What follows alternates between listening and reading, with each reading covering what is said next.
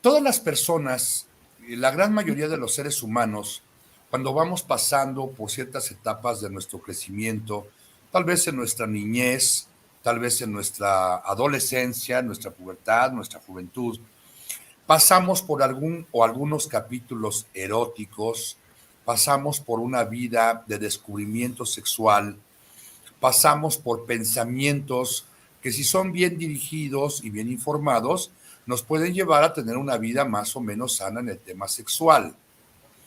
Lamentablemente, a nivel mundial se han incrementado cada vez más los índices de comisión de los delitos de naturaleza sexual.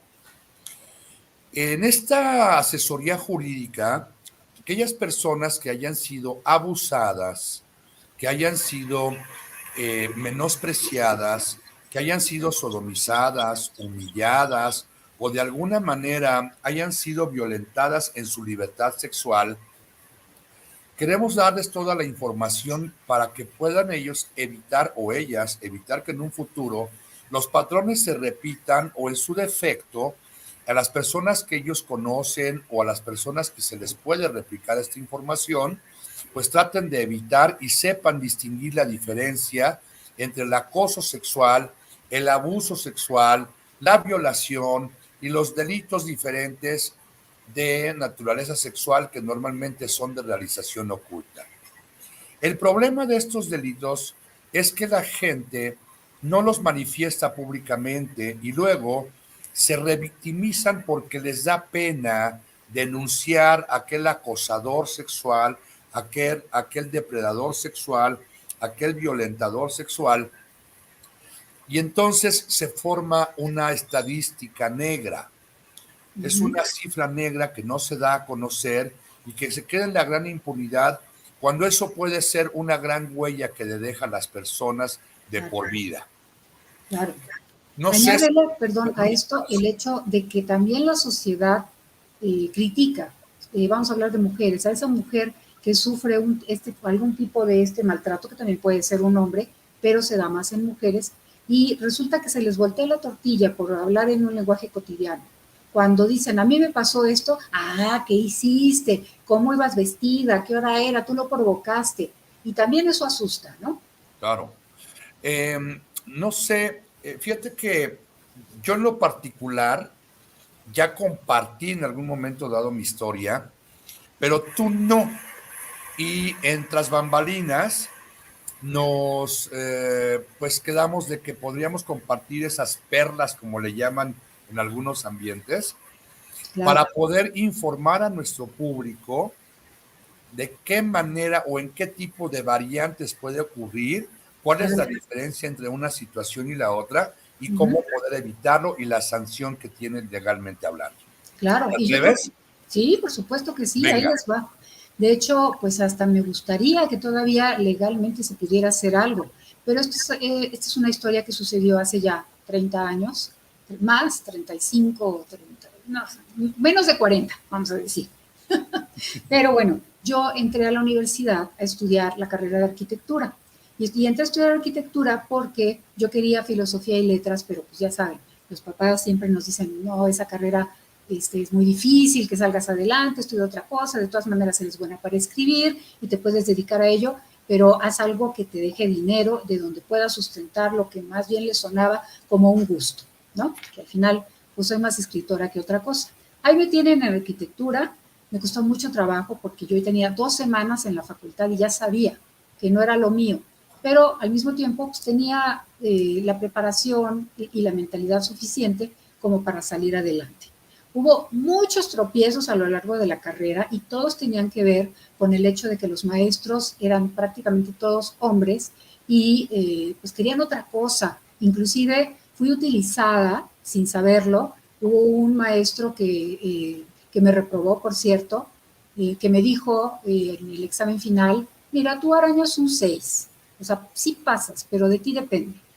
Y en ese momento yo tomé mi examen y se lo dejé así como estaba y le dije, pues no, mejor repito esta materia, o sea, yo puedo sacar 10 y no necesito arañar nada, ¿no? Pero desgraciadamente, pues no fue el único con el que me pasó eso. Y la parte más triste de toda esta historia fue cuando ya llegué al final, con muchos tropiezos, llego al final de la carrera, que son mínimo 4 años, y el último semestre se llama seminario de tesis. Y en él hay 6 sinodales a los que tú les vas presentando cómo va progresando tu proyecto. Yo elegí hacer una central de abasto en la zona contraria a donde se encuentra la actual, y además propuse construirla con prefabricados. Yo estaba muy preparada porque en aquel entonces trabajaba en la empresa de mi esposo, que entonces era todavía mi novio, y él es ingeniero especializado en prefabricación. Entonces tenía mucha asesoría en la empresa para poder desarrollar este proyecto. Yo presenté cerca de 40 planos, un libro de este grueso lleno de hojas de información desde la urbanización del proyecto hasta la última plantita o cómo se iban a mover los camiones, y lo sabía todo.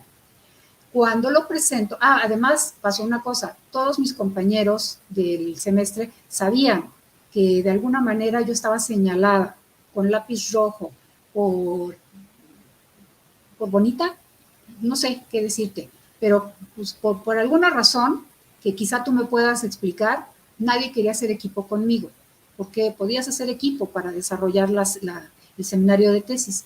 Entonces lo hice sola. Y cuando llegué ya a la presentación del seminario, de la tesis, me tuvieron en un interrogatorio de 40 minutos para ver si yo caía en algún error o en algo que no supiera. Todos se los contesté, porque todo lo hice yo, finalmente. Y pues en lugar de darse por vencidos, los sinodales me dijeron, bueno, sí, se ve que te lo aprendiste de memoria, pero no creemos que lo hayas hecho tú.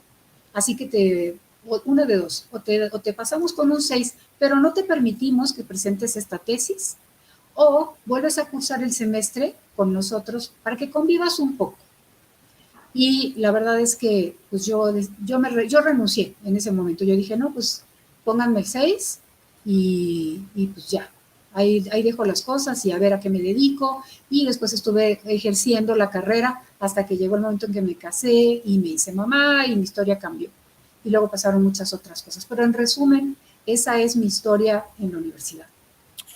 ¿Tú recibiste alguna propuesta directamente de algún favor sexual a cambio de alguna calificación? Porque esa insinuación de que para que convivas más con nosotros, fíjate que no constituye ningún ilícito como tal. Es Yo una sé. insinuación que se puede tomar de cualquier manera, pero necesitas tener como alguna propuesta o alguna situación o insinuación de carácter, digamos, libidinoso, para poder entonces distinguir si estás frente a un abuso sexual o un acoso sexual. Claro. Me permiten referirlo, me voy a constreñir al Código Penal de la Ciudad de México, porque el analizar las codificaciones de todos los estados nos llevaría aquí no solamente esta entrevista, sino muchas otras más. Claro. El artículo 179 del Código Penal habla del acoso sexual. El acoso sexual lleva lo que es la descripción de lo que te estoy refiriendo y la punibilidad, o sea, a cuánto alcanza una persona que comete la siguiente conducta.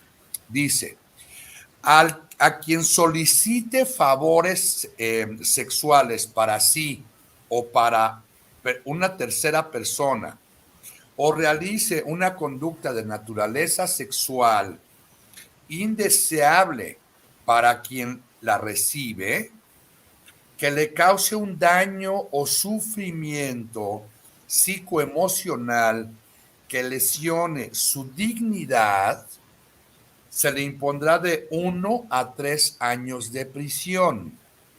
Son varios los elementos de esta definición. El primero, a quien solicite un favor sexual. En este caso, afortunadamente, nadie te lo solicitó o te lo insinuó.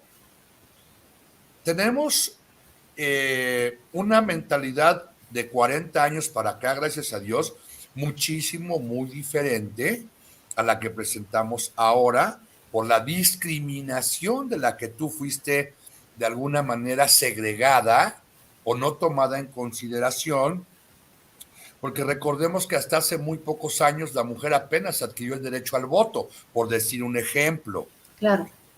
Y nos damos cuenta que nuestra sociedad mexicana es una de las, no digo más atrasadas, pero de las que con menos naturalidad se ven los cambios en la igualdad entre el hombre y la mujer y entre el hombre y los diferentes tipos de acepciones en la comunidad LGBTQ y más. Sí. En este mismo orden de ideas, cuando además te soliciten un favor sexual para ti o para una tercera, o sea, bueno, para la persona que es el sujeto activo del delito o para otra persona, o realice una conducta de naturaleza sexual indeseable. Aquí esto es muy amplio, este término. ¿Cómo tú puedes identificar una conducta de naturaleza sexual indeseable? Bueno, pues todas aquellas conductas que consisten en atosigarte, molestarte, solicitarte un favor de naturaleza sexual o la realización de alguna conducta sexual que no necesariamente es llegar a la cópula o a un tocamiento físico. Claro. En cambio, dentro del capítulo mismo de los delitos de naturaleza sexual, el hostigamiento sexual tiene otra connotación diferente. Al abuso sexual, perdóname, al que sin consentimiento, el artículo 176, al que sin consentimiento de una persona y sin el propósito de llegar a la cópula, entendiendo la cópula como el ayuntamiento sexual, no necesariamente entre hombre y mujer, Claro. ejecute en ella un acto sexual. El ejecutar un acto sexual, aquí sí viene un tocamiento, aquí sí viene un abuso propiamente de la libertad de la persona que tiene la capacidad de decidir con quién sí y con quién no realiza algún tocamiento o alguna actividad erótica de naturaleza sexual. La obligue a observarlo o la haga ejecutarlo, se le impondrán de 1 a 6 años de prisión. Para los efectos de este artículo, se entiende por acto sexual cualquier acción dolosa sin sentido lascivo y caracterizada por un contenido sexual que se ejerza sobre el sujeto pasivo. He aquí la diferencia entre un delito y el otro. Y el gran secreto de esto es que todas las familias, los padres, los amigos, los tutores, los curadores o aquellas personas de las que tengamos nosotros la posibilidad de influir e informarles este tipo de cuestiones, es que son de realización oculta. Es decir, es difícil manifestar este tipo de situaciones por la educación que tenemos todavía. Tú eres sexóloga, por todos los tabús que presentamos en este tipo de información que a veces es errónea, no es clasificada como prohibida o que no Correcto. se da, sobre todo para con los hijos, ese tipo de información. Correcto. Les invito a conocer mis redes sociales. No quiero acaparar más el tema porque tenemos a 2 invitadazos. Todos invitados. Y además, bueno, pues que sepan que la consulta legal, que la consulta jurídica que tenemos cada semana, ahí están mis redes, están a la disposición de nuestro público para que, por favor, pregunten, escriban al programa, nos llamen, nos escriban a nuestras diferentes redes sociales y con mucho gusto les contestaremos. Claro. Sí, realmente yo nada más quiero cerrar esto comentando que por eso para mí no supe qué hacer en ese momento, ni tenía tampoco a quién acudir. Yo sufrí de una discriminación y de un aislamiento durante toda la carrera por ser mujer, ¿verdad? Y yo espero realmente que las cosas hayan cambiado ya en la UNAM después de tantos años, supongo que sí, pero pues es importante que se conozca mi historia para que, mujer, si estás viviendo algo así, querida estudiante, no permitas que esto suceda, alza la voz, reclama. Tú tienes tantos derechos como los hombres que te rodean de aprender una carrera, de terminarla, de tener un título. Yo me quedé sin él y eso es una injusticia que no debería seguir sucediendo. Para ello la información y para ello personas como Alejandro que nos pueden iluminar en este sentido. Gracias.